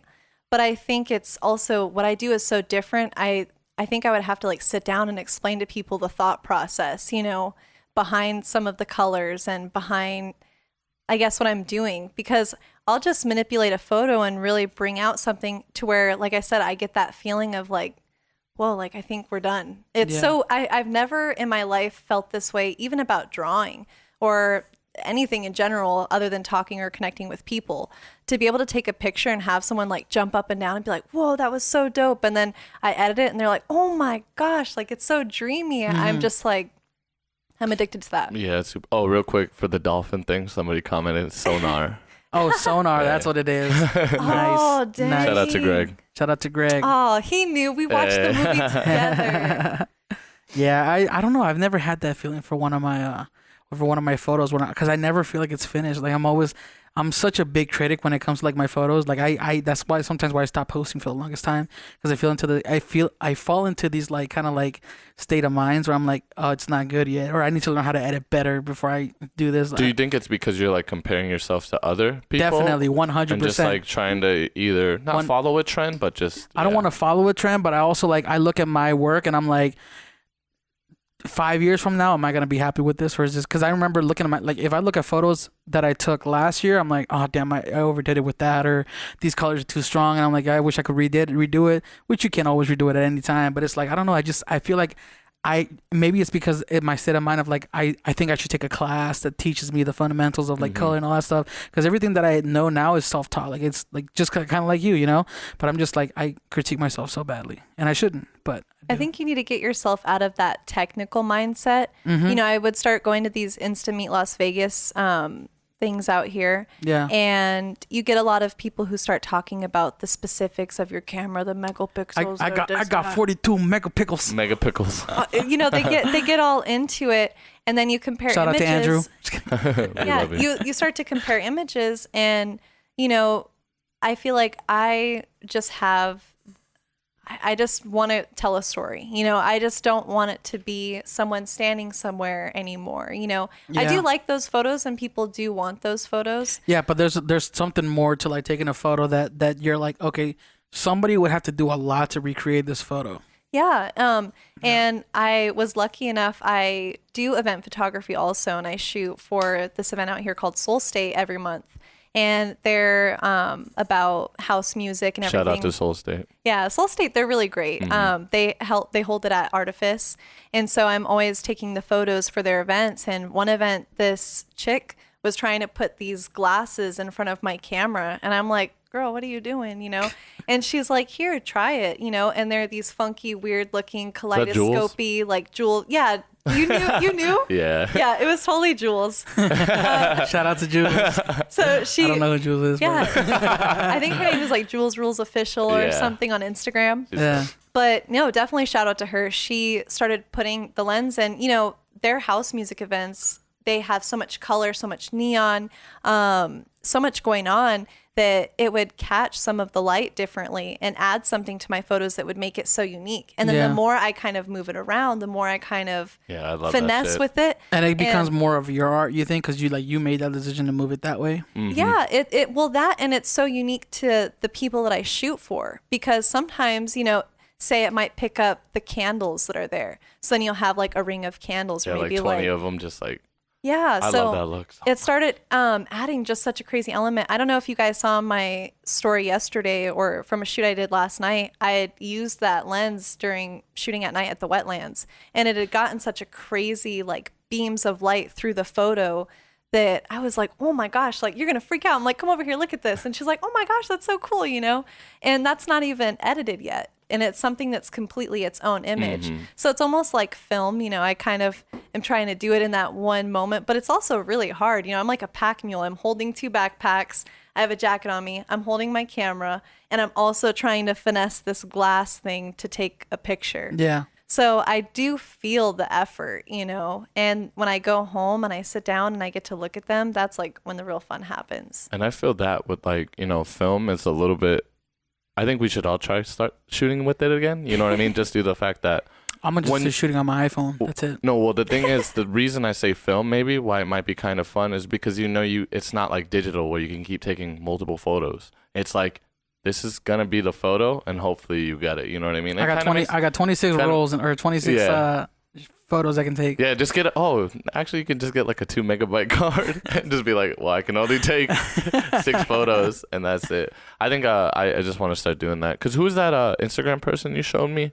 Is that girl who takes the film photography like in the ghetto? Oh, I don't know. Film photography in the ghetto. And she had like black and white photos. Remember like the one where she's sitting on the bed with her baby and there's the cross? Oh, that was something I found on Pinterest, bro. That was dope.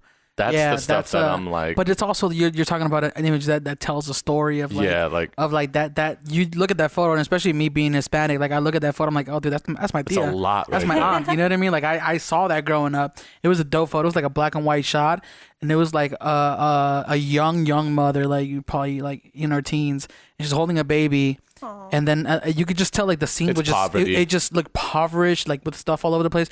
But then there was also like a cross on the wall, and it was like it really pulled you into that cross, and it goes like, oh, like there's a story there, and it definitely gives you like because the composition is so nice because she was like in the bottom left, and then the cross was like in the top right, really small. But I'm like, damn, I don't know why some of those photos will hit me so hard, and I'm like. Yeah, I just don't get it, but it speaks a lot. Composition's a big deal. That's why I think you would love Wes Anderson films. The second you start watching them, it really makes you think about. No joke. Like now, the second I see something's even like a little out of a line, I'm just just easing it up, trying to play with it. Someone I like on Instagram is this Trippy Dana girl. Trippy Dana. She was a big influence and an inspiration to me with photography because everything that she does is just so unique and so colorful. Is this film?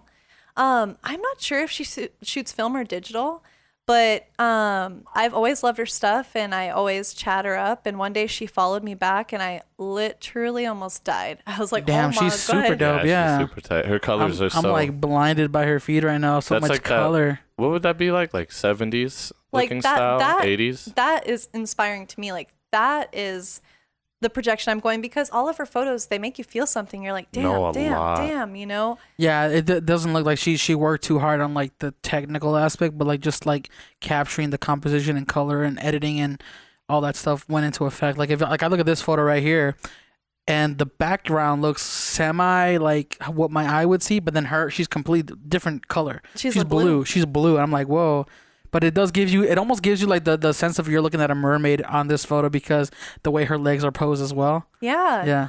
No, like she's super dope. And I learned a lot from this photographer on YouTube, The Art of Photography, or Ted Forbes. He's kind of been on YouTube for a long time. And the second I got my camera, I was always watching his videos.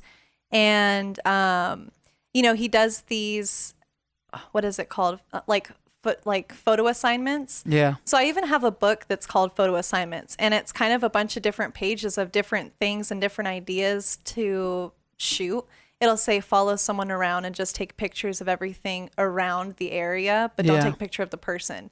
Like little things like that. But, Ted Forbes, he created these photo assignments to where he'll create a video saying, okay, this week I want you guys to try to do this, and you can submit to him. And so he did a video with self-portraits, or like that was the focus. And that's something that I've excelled in. I've always taken self-portraits. I mean, people try to take selfies, but once I got a camera, I kind of got serious about it. And I'm like, okay, let me set it up. I can, connect it to my phone. I can kind of fix the focus. I can kind of mess around with it.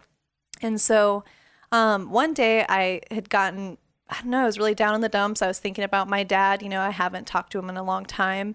And I was really upset. And I had just read a message that he sent me on Facebook saying, like, I haven't talked to you in a long time. I miss you type stuff. And it's been like 9 years, Yeah. And so I, wore some makeup and I kind of cried, but I took like some pictures of me feeling those emotions in my bathroom. And I had created this really crazy image.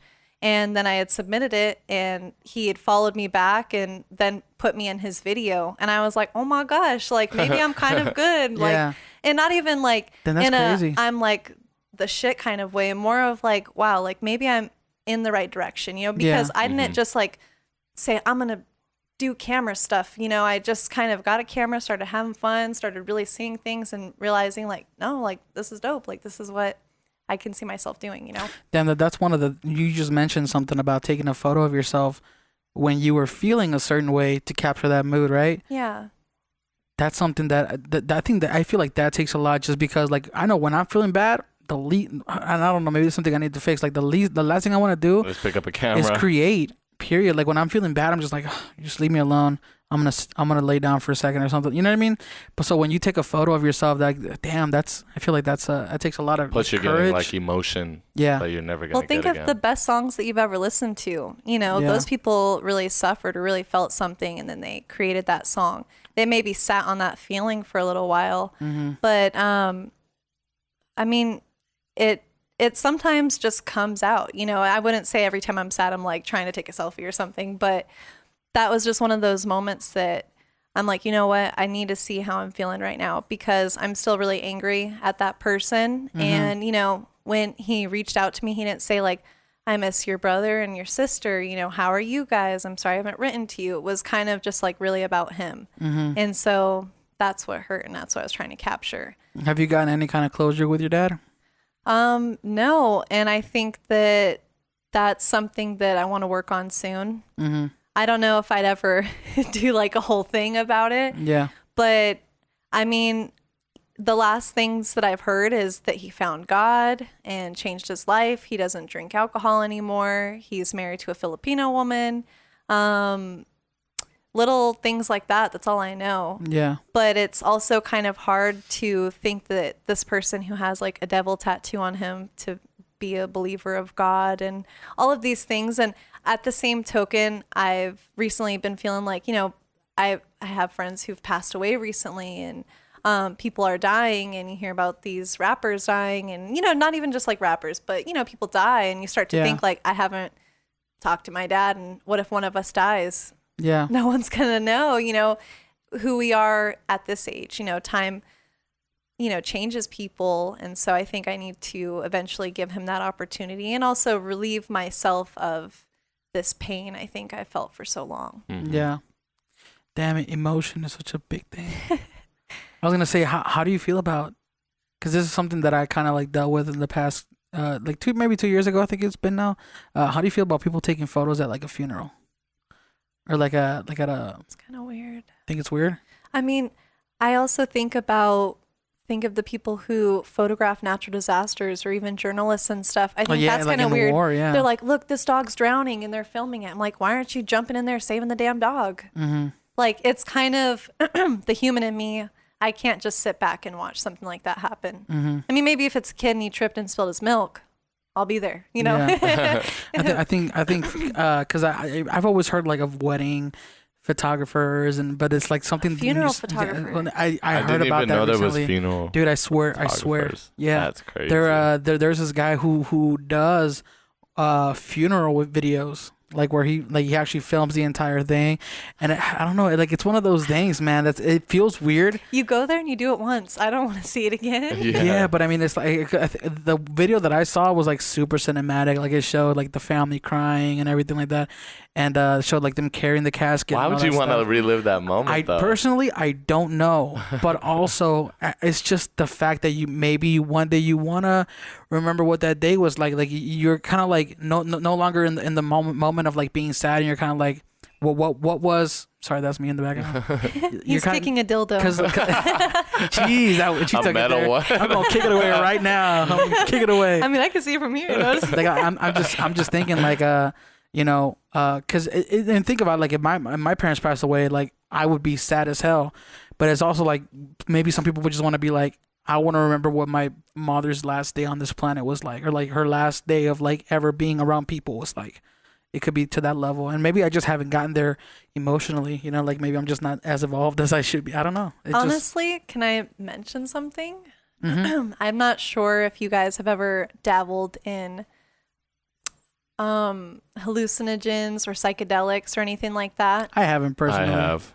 But I would say that is definitely an experience that will open your mind up to so many different emotions that you're kind of like, I don't know, you're kind of dumbfounded at how much there still really is that we don't understand about ourselves. Yeah. But there had been times where, like the first time that I did acid or anything like that.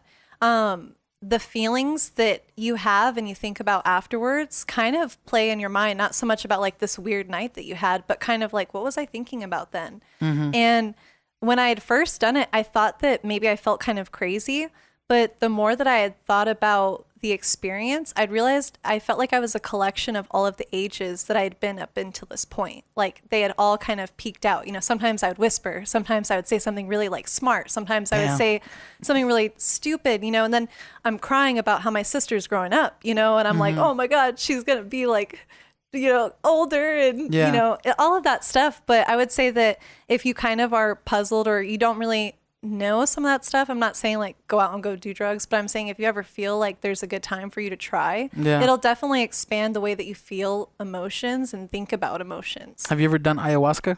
No. What's that? Ooh, Chuck, this is your moment right here. Bro. My moment. I haven't even done it.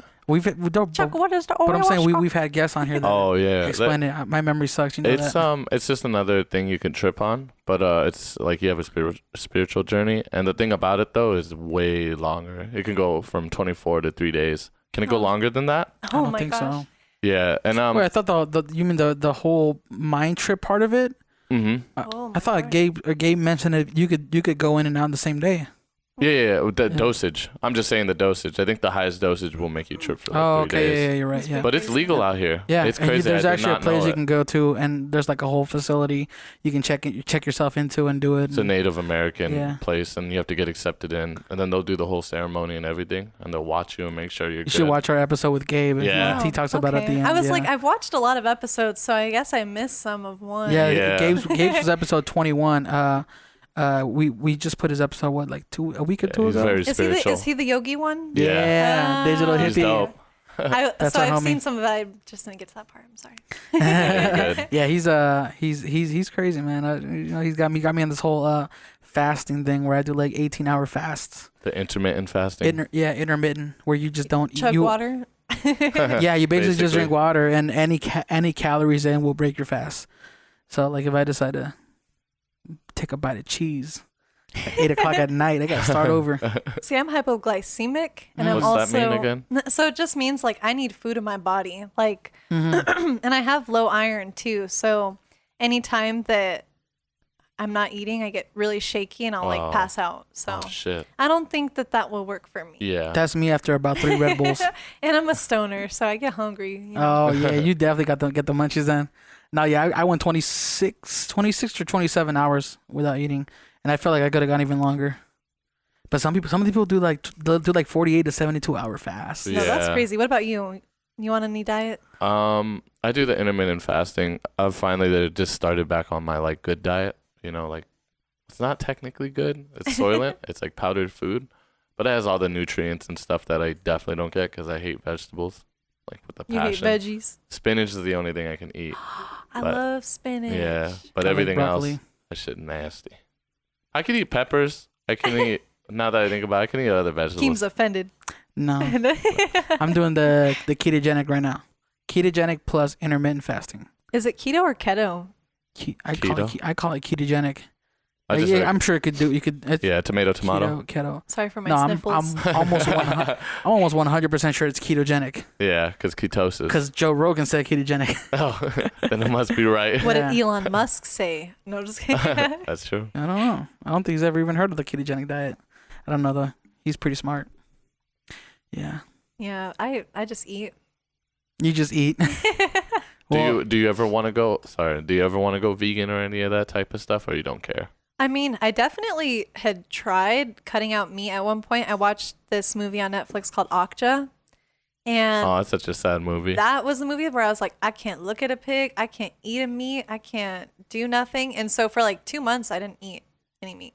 But then, it starts to get expensive and it's not realistic with what we have going on. And of course, like that's a really sad excuse. But I kind of just didn't have the time to really curate and think of everything that I'm going to eat every single meal. Mm-hmm. Yeah, I think I think honestly it depends on the person. Like if you can sustain that and you found a routine that works for you and you're doing it Do for it. Yeah. for not just health but also like personal reasons and things like that, like by all means. But it's not. I don't think it's like a standard that I feel everybody should be held to. It's Because not, there you know. is unhealthy vegans. Yeah, too, because you know? there is a way to be unhealthy. I when mean, you you're could doing eat vegan. potato chips and be like, I'm vegan, but that's Yeah. terrible for Yeah, you. well, even just GMO foods that are Yeah. vegan that are trying to imitate the flavor, they color. have all the same processed bullshit. Yeah. Well, like, I mean, as long as you're not getting crazy with it, I mean, I still try to phase out meat sometimes, but if I'm out and about, I'm not so strict on myself. I think it's just kind of thinking sometimes about how you want to feel. Mm-hmm. You know, do I want to feel sluggish? All right, I'm gonna go eat all that pasta. You know, Mm-hmm. do I want to feel a little light? You know, just being conscious, I Yeah. think, is good. Moderation. Yeah. And I think not being a butthole to anybody about what their diet is a whole other thing too. People are gonna eat and do what they want. That's Yeah. it. I used to think that the key to like losing weight and all that stuff was working out. I didn't realize how big of a part your diet was in it, you know, or how much that affected it. Mm-hmm. Like I haven't gone to the gym at all, bro. And ever since I got back on keto, like I dropped 11 pounds. That's crazy. You know, and I haven't done any more physical activity than I normally would. But that's also like your brother. He went vegan and he dropped lost like, so much. He lost weight. like 50 pounds, you know, Yeah. just from changing his diet. Yeah. I'm like, that's a lot. It's too much. All right, so to kind of wrap it up, because I think we're kind of like nearing our the end of our Mm-hmm. I episode. think we're here. at hour 30. Nice. I didn't even. That's Good an time. hour. That and was 30. an hour Yeah. 30. She's like, I thought we'd been here for like 10 minutes. Like, you mentioned to me being a self-help hoe. What does that mean? I know I had said it like that. I love learning about how to be a better person, how to be a better you, a better me. I read that book, You're a Badass by Jen Sincero or something like that. And she really talks about changing your mindset. You know, you can do the things that you want to do. Things are possible. And then, you know, I had watched this video. I can't remember what his name is, but he's a photographer also. And he talked about how we're not really that talented.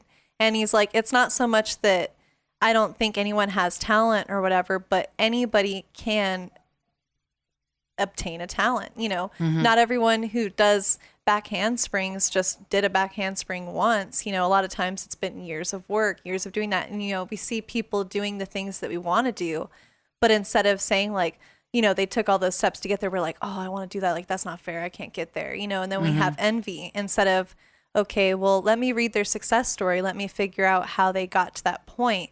And then you start to realize that that's possible for yourself. So that was a really neat video to kind of open your mind to, you know, if there is anything that I want to do or be talented at, I can get there. And then I started reading about how successful people have morning routines. And I'm like, I don't have a morning routine at all. And I'm kind of in a funk sometimes. You know, when you're a freelancer, you're doing everything from home. There's just days to where you don't want to do anything and you have things that you got to do and you're not really on track and you want to get on track. And so I'm trying to get myself in this mode of, you know, waking up, making my bed, drinking water, trying to meditate, trying to write and plan my day out instead of everything just being on my phone right when I wake up. And so I've done it for, I would say like a week or so now, and I've missed like 3 days, but it's been, I don't know, one of those things to where I feel better doing it. Wait, like so can even you meditating. explain what you do? Like just the process? Like what's the routine? You Oh. just said it. Oh, No, so, I'm talking about like, I'll do the whole list. So a lot of successful people, like they create their own morning routines because I mean, you start to try to follow someone else's, but I was thinking, okay, what's important to me? I want to make my bed. That kind of makes me feel like I'm doing something. I don't drink enough water, so I try to just chug a whole bunch of water. And then I'll write and plan out my day. I'll say, okay, I want to get these things done, kind of give myself little tasks. And then I'll read. So no matter how long it is, you know, 5-10 minutes, I kind of gauge. And then I meditate. So I turn on this like ocean wave sound on Spotify. And at first I used to do guided meditation and I would think that, okay, maybe that's what I need. But then I get too carried away in like what they're saying and how they're saying it. And then I fall asleep and then I wake up and I'm like, oh my gosh, where am I? I just meditated myself into a slumber. But yeah, I'll meditate for like 5 minutes. And now I'm just trying to focus on my breathing because it's really about trying to not think about anything. So then you'll start trying to think about your day and you're like, no, just think about the breathing. And that really just calms you down. Like afterwards, I feel calm. And then I try to do a little stretch and exercise because I don't really work out and I haven't worked out since high school. And people think because you're thin that you're like fine, but I don't know. I just don't feel good sometimes. So I'm trying to get a little exercise in there, and then Yeah. get ready for the day. You know, when you're a freelancer, it's good to actually look presentable, even though you're just at home, because it makes you feel good about yourself. And then Yeah, I've noticed that. Like when I hit my rock bottom and I was 380 pounds, I was like, crap. I don't feel like I even want to go out and shoot because I'm like I'm just gonna be sweating and breathing hard so Yeah. much. It was such a big like, how do you say it was just uncomfortable. You know what I mean? me and my asthma, You have asthma. Yeah. like trying to do a shoot, and you're like, So you still have to do the machine and everything?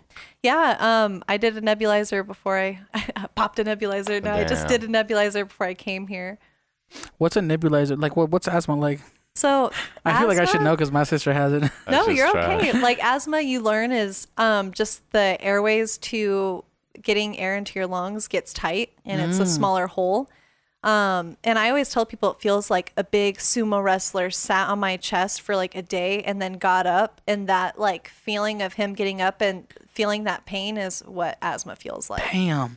And like I've had times where I'm like, I've said like so many times where I'm gasping for breath, you know, and you're like, I think I'm gonna die. I think Yeah, this that's might just be it. the time. Damn, so When I used to have it, and I used to be around like dogs and stuff because I'm allergic, Me it'd tighten too. up even more, and all your breath would be is like, and that's all you get. Like So you you have try your allergy-induced hardest. asthma. You're allergic to dogs?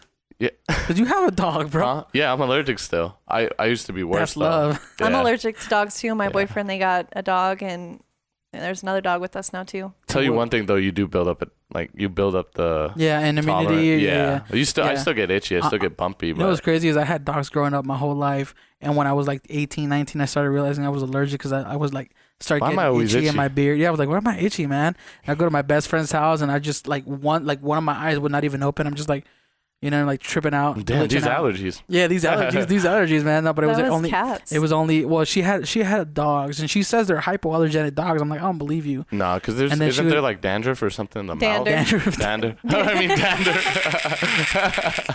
I knew we couldn't go one episode without one. Oops. No, yeah, Dander. that dander, man. Yeah, he my just thought of the dog dandruff. I You was know, like like- rough. dandruff. I don't know That why. was corny. I was That thinking was of really hair. That was a terrible dad joke. Yeah, it was. Yeah. Trying to make my son feel better. It's Thank okay, Chuck. you. Thank you. So, Not my bad. so your morning routine, you do that every day? I'm trying to. Like I said, it's kind of a new thing for me, but I've always just read about people doing better things for themselves. And I think that getting into healthy habits helps you become a better person and more productive. So that's kind of where I'm trying to go. I'm tired of being lazy and procrastinating or sometimes waiting to the last minute. I really want to be confident. I want to know what I'm doing, what I'm talking about, what I'm working on.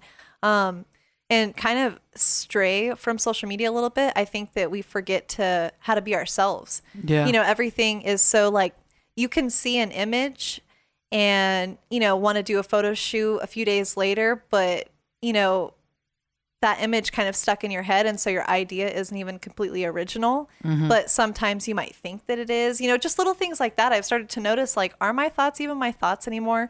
I think that even our words and our vocabulary, we all start saying the same things, and it's all because we're all on our phones and we're all reading the same memes. And Yeah. I'm trying to get more involved and intuitive and figure out, like, who am I? Like, what's important to me? You know, what do I want to focus on? You know, not seeing people, you know, traveling around the world doing all these crazy things and stuff, and then me just being like, I wish I was doing that, this, that, whatever. You know, now I'm like, okay, how can I get there? Let me start to focus on that, you know. Yeah.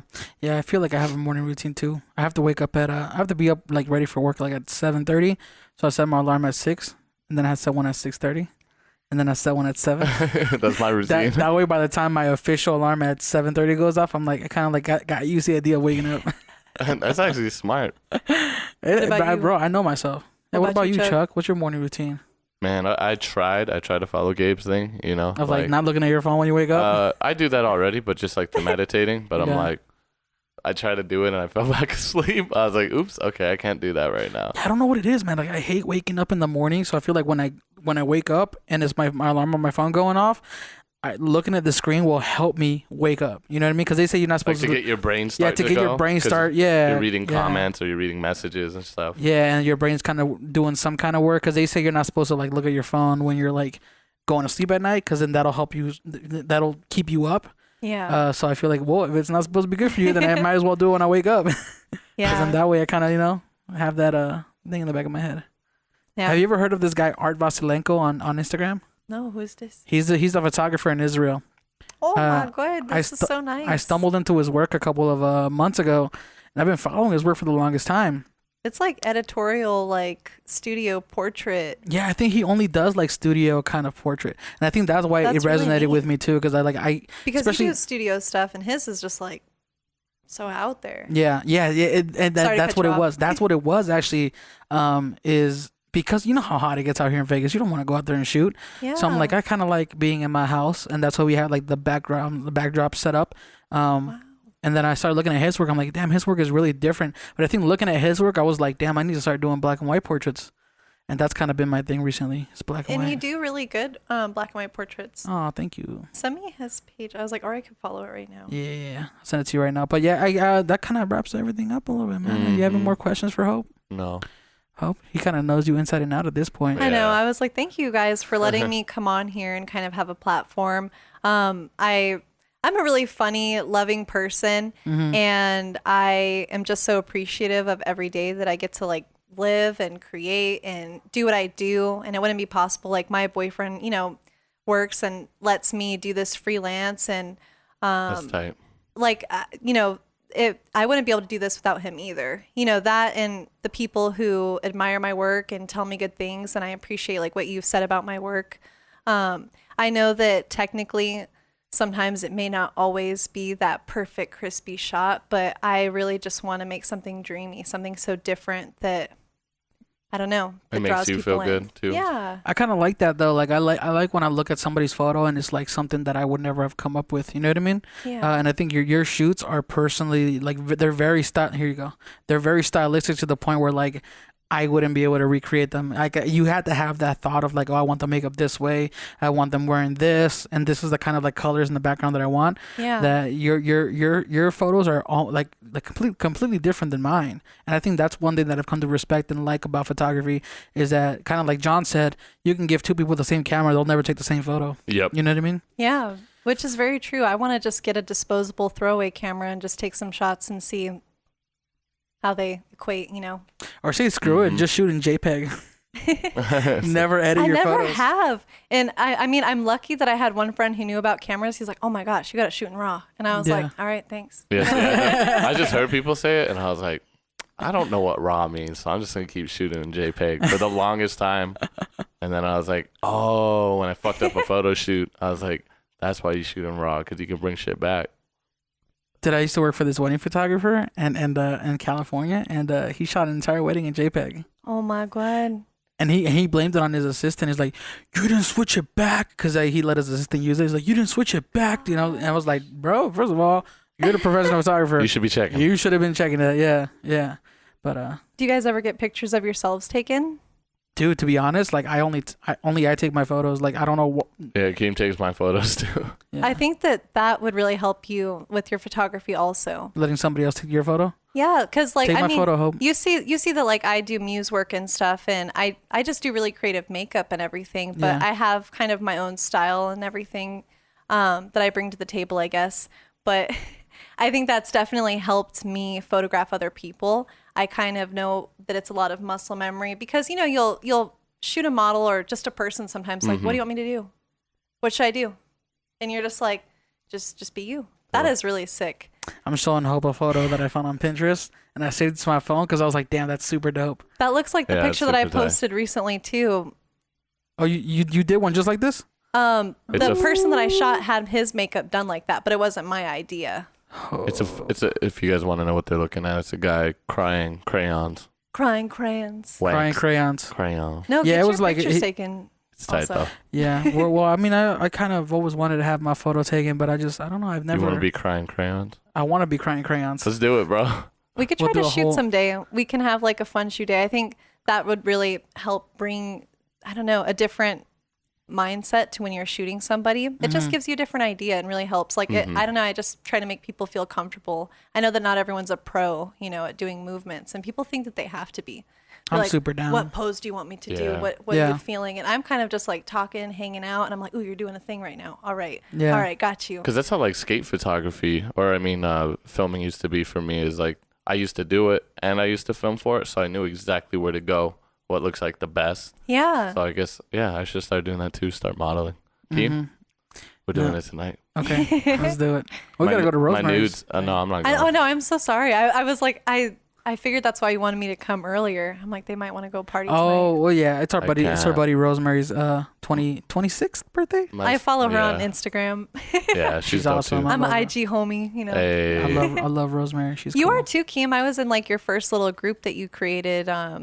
One of those like photo groups to where we'd all like each other's pictures. You talked about Oh it yeah, one of your... the pod. Yeah. So I started noticing. That's why I stopped doing those things, because I realized it wasn't super organic, and I wanted people to like and comment my pictures when they genuinely liked and comment and wanted to comment. That's why I stopped doing that.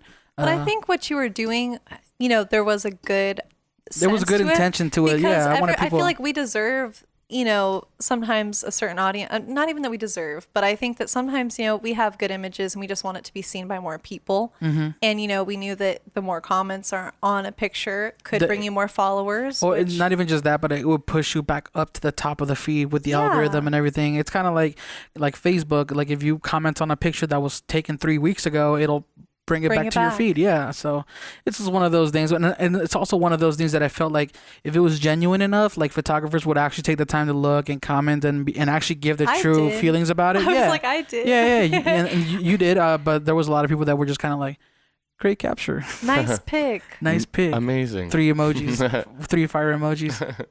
No, thank you so much for having me, you guys. Thank you for being on. I'm like a fan, so I'm like, well, thank you. We're your biggest flans. What? I just made a joke from The Office. Oh. But we'll post all your information down below in the description for iTunes and Spotify. Chuck, you better shut up right now, bro. And that way people can find you. But do you want to tell people where they can find you on the internet right now? Oh, do I look there? Do I look here? You can look anywhere. You can look at This is your camera. So I have my own website, hopeyonekenobi.com, if you wanted to see my actual full profile or portfolio of what I do. Instagram and Twitter is Hope You Won Kenobi. Nothing crazy there. And that's kind of about it. I just do things differently, I guess. I tell people I try to capture things seen in dreams. Something to where you're just like, Makes you think. Yeah. Thank you so much for being on. Thank you. Well, like I said, we'll post all your information down in the description down below. That way people can find you. But yeah, until next time, this has been The Morning Dinner, and we'll catch you guys in the next one. Later, y'all. Every time I come in the kitchen, you in the kitchen, in the goddamn refrigerator. I sure am hungry. Thank you guys for watching that episode. That awesome, delicious. Got the eggs and the bacon and the eggs and the tortillas in the oven and the microwave. Gotta cook that up and cook it before Mom gets home. Otherwise, she's gonna whoop that booty. Episode of The Morning Dinner. Hope you guys liked it. If you guys want to watch more episodes, you can click right over here. This little area right here, I'm going to fondle it and play with it, give it a little bit of 10 and 11 care. Watch more videos, click right there if you want to watch our previous video. Or if you don't want to watch our previous video because you up to date, you want that new, you want to click right over here. This area right here, this special magical area, this logo brought to you by Samantha, our good buddy Samantha. We'll maybe link her down below sometime. She did that little logo design for us, and she made that logo in Photoshop, I believe. I'm not sure if she used Illustrator or not, but she made that, and you guys can click that to subscribe if you want to subscribe. There's people who subscribe to the YouTube channel, and then they don't watch the videos. That's fine. We need the engagement. Like, dislike, do whatever you want to do. We'll catch you guys on the next one.